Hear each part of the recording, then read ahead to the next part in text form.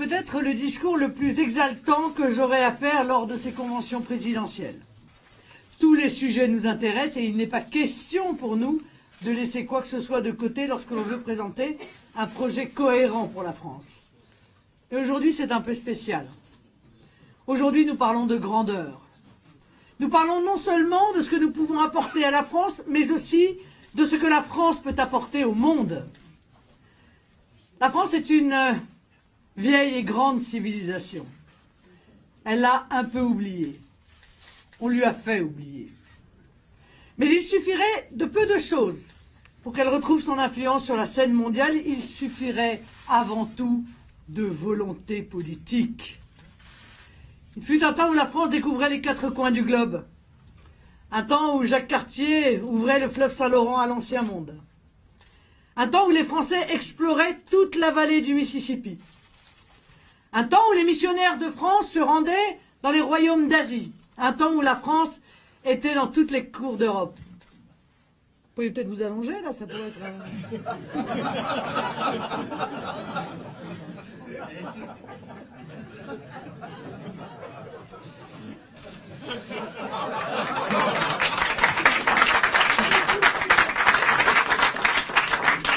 C'est assez rare que j'ai les journalistes à mes pieds, j'en profite.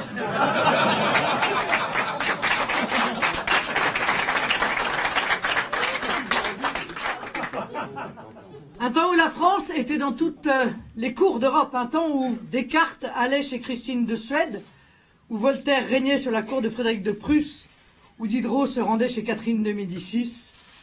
Un temps où toutes les élites parlaient français. Non pas parce qu'on les contraignait à parler français, mais parce que le français provoquait l'admiration, parce que le français était la langue de la raison.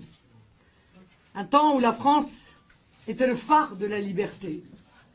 Un temps où tous les opprimés du monde voyaient en la France le symbole de la lutte contre la tyrannie. Un temps où la France abolissait l'esclavage avant toute autre nation.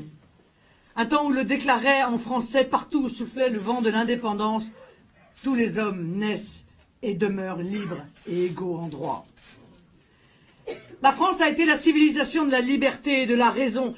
Certains diront que c'est une illusion rétrospective, que nous reconstruisons l'histoire, mais ce sont les mêmes qui abaissent constamment la France, qui ne préfèrent voir que ce qui est bas, ce qui est mesquin, ce qui est laid. Ils veulent, pour résumer, salir la grandeur. Ils n'acceptent pas que la France ait pu être, et peut-être encore moins qu'elle veuille le rester. Que les Français aient pu faire de belles choses et de grandes choses. Ils ne voient que la France à terre, la France défaite dans la guerre, la France soumise à des puissants qui salissent son nom. Le roman national, entre leurs mains, est devenu un véritable cauchemar. Les censeurs de la grandeur sont en train de créer des névroses immenses. Ils font des générations de Français qui se haïssent eux-mêmes. Et cela est beaucoup plus dangereux qu'on ne le croit. La haine de soi-même ne peut entraîner que la rancœur, la colère et finalement la haine des autres.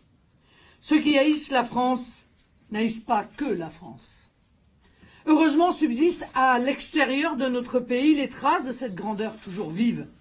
Quand les Français à qui on répète à longueur de journée qu'ils sont dépassés, qu'ils sont mesquins, qu'ils sont des rebuts de l'histoire, quand les Français oublient leurs propres valeurs, il faut voir avec quelle ardeur nos cousins québécois, sénégalais, ivoiriens, belges et bien d'autres défendent une culture et une langue que nous laissons à l'abandon. Il faut voir la vitalité du cinéma québécois, de la littérature francophone en Afrique, sur les traces de Senghor. Il faut voir les artistes belges, les artistes non francophones, même qui choisissent le français. En se haïssant elle-même, la France devient stérile. Mais la culture française n'est pas stérile. Ce n'est pas une culture de mort. Et dès qu'elle peut renaître quelque part, elle bourgeonne immédiatement et elle prend différentes couleurs sous d'autres latitudes. Elle s'enrichit en réalité constamment. Je ne viens pas vous livrer un message désespéré, au contraire. Je pense que la France peut redevenir plus grande encore, plus belle, plus audacieuse, plus exploratrice et plus avant-gardiste que jamais. Qu'elle peut rayonner partout, imposer le respect partout, faire éclater son génie aux yeux du monde. Je pense qu'elle peut retrouver son influence perdue. Pour cela, il faut que nous repérions les leviers grâce auxquels nous pouvons agir. Moi, pour l'instant, à ce niveau-là, j'en développerai 3. D'abord, il faut cesser de reculer. Si la francophonie est aujourd'hui en échec, c'est parce que son cœur, la France, a baissé les bras dans la défense de sa culture. Et la culture, c'est avant tout la langue. Nous voulons une nouvelle loi Toubon, beaucoup plus contraignante. La loi Toubon partait d'une bonne intention, mais aujourd'hui, elle fuit de partout. Dans les médias, dans les administrations, dans les écoles, dans les universités. Alors que plusieurs universités pratiquent déjà le tout anglais dans certains cursus, la loi Furaso de 2013 et ses amendements ont introduit des exceptions concernant l'enseignement en anglais, je cite, lorsqu'elles sont justifiées par des nécessités pédagogiques. C'est ici un cheval de Troie. Maintenant, on ne va plus étudier à la Sorbonne ou à la fac de Nanterre, mais à la Toulouse School of Economics ou à Paris Sciences et Lettres Research University. Dans une même logique, les stations de radio privées disent dorénavant ne plus pouvoir respecter les quotas de chansons en français imposés par la loi Toubon pour la simple et bonne raison que les Français ne chantent plus en français. Ma première proposition est donc la suivante. Je veux une loi Toubon 2 pour que la langue et la culture française cessent de reculer. Les Québécois nous ont précédés avec leur loi 101 et qui est bien plus rigoureuse d'ailleurs dans la protection et la promotion de la langue officielle. Je ne sais pas si elle va tenir longtemps compte tenu des actions de M. Trudeau. Je veux une loi qui fasse respecter partout l'exigence de promotion du français, surtout dans l'enseignement. Et une loi qui encourage davantage les artistes francophones. Un autre volet de cette loi Toubon 2 ou d'une autre loi qui la suivra sera la protection du patrimoine culturel. Il nous faut à la fois protéger ce patrimoine et le valoriser contre toute tentative de le brader, comme ça a été dit tout à l'heure, en le laissant filer entre les mains de collectionneurs étrangers ou d'investisseurs sous forme de placement. Contre ceux aussi qui le défigurent, en imposant à nos monuments historiques un habillage qui vire souvent au ridicule ou au massacre. La première étape, c'est celle de la protection. On arrête de reculer. La deuxième, c'est celle de l'organisation. On avance. Ici, le levier le plus puissant, c'est l'Organisation internationale de la francophonie, l'OIF. C'est un outil qui est totalement sous-exploité, totalement sous-financé d'ailleurs. Depuis l'élection de sa nouvelle présidente, Michaëlle Jean, en 2014, l'OIF n'a toujours pas présenté de plan d'envergure pour l'apprentissage du français dans le monde. Il faut dire que les crédits sont insuffisants. Les gouvernements successifs ont délaissé totalement ce combat. Pour l'instant, la francophonie, c'est de l'or que l'on transforme en plomb. Rappelons que le français est aujourd'hui, avec 274 millions de locuteurs quotidiens, la seule langue avec l'anglais qui soit présente sur les 5 continents. Qu'il est la 5e langue la plus parlée. La 4e langue sur Internet, la 3e langue d'affaires et la 2e langue d'information dans le monde. Imaginez toutes les occasions économiques et culturelles qui sont gâchées par l'abandon de ce trésor.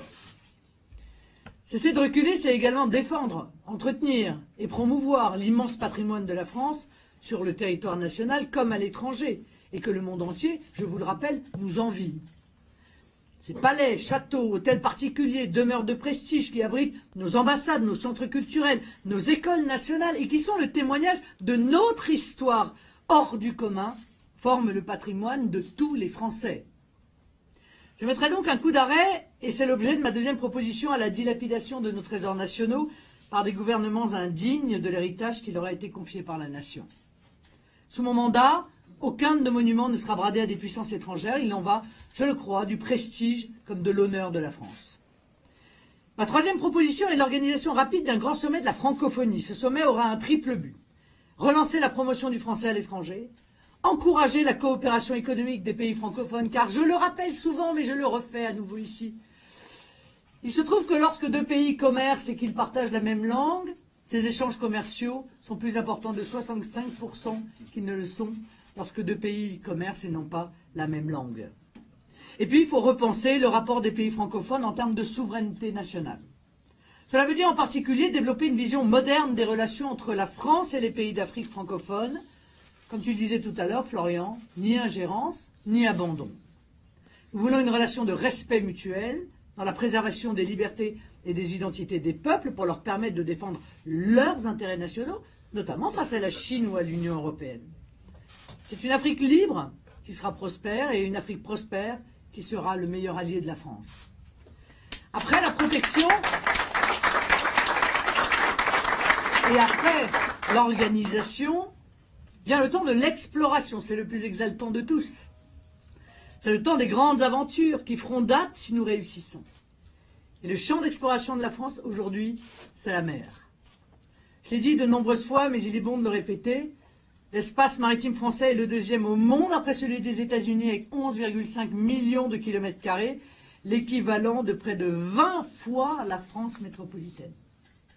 Cet espace démultiplie nos possibilités, il nous donne accès à des ressources inexploitées, il nous donne un avantage stratégique sans commune mesure, il offre des perspectives de croissance immenses.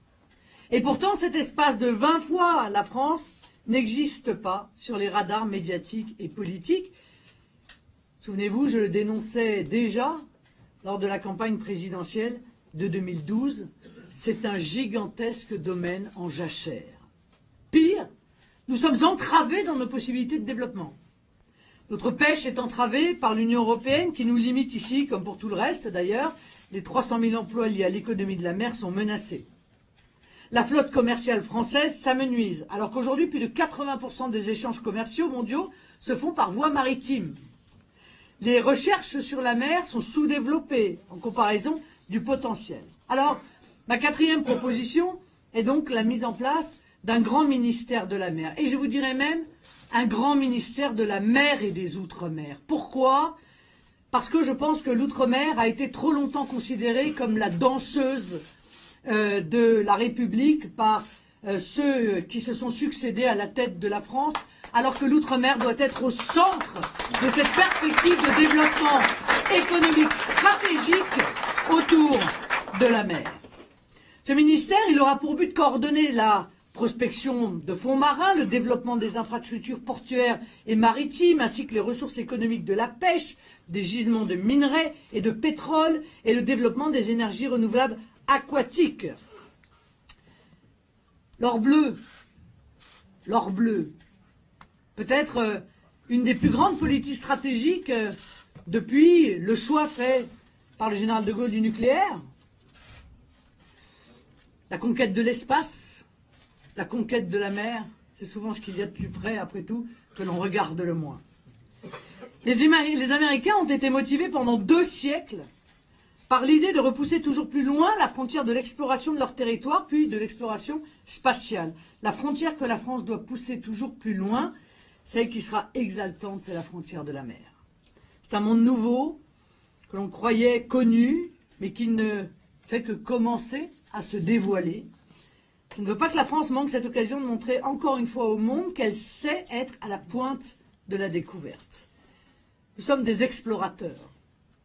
Nous parlons d'une civilisation riche et ancienne et nous pouvons encore l'augmenter sans limite. Nous pouvons rivaliser d'ingéniosité, d'imagination, d'intelligence avec toutes les grandes puissances du monde. Mais pour cela, il faut retrouver ce qui a fait notre force et cesser de nous complaire dans une prétendue décadence. La France sera encore grande à l'avenir. J'en ai la certitude. Et je ferai tout ce qui est en mon pouvoir pour faire advenir ce jour le plus tôt possible. Vive la francophonie, vive la culture française, vive la République et vive la France!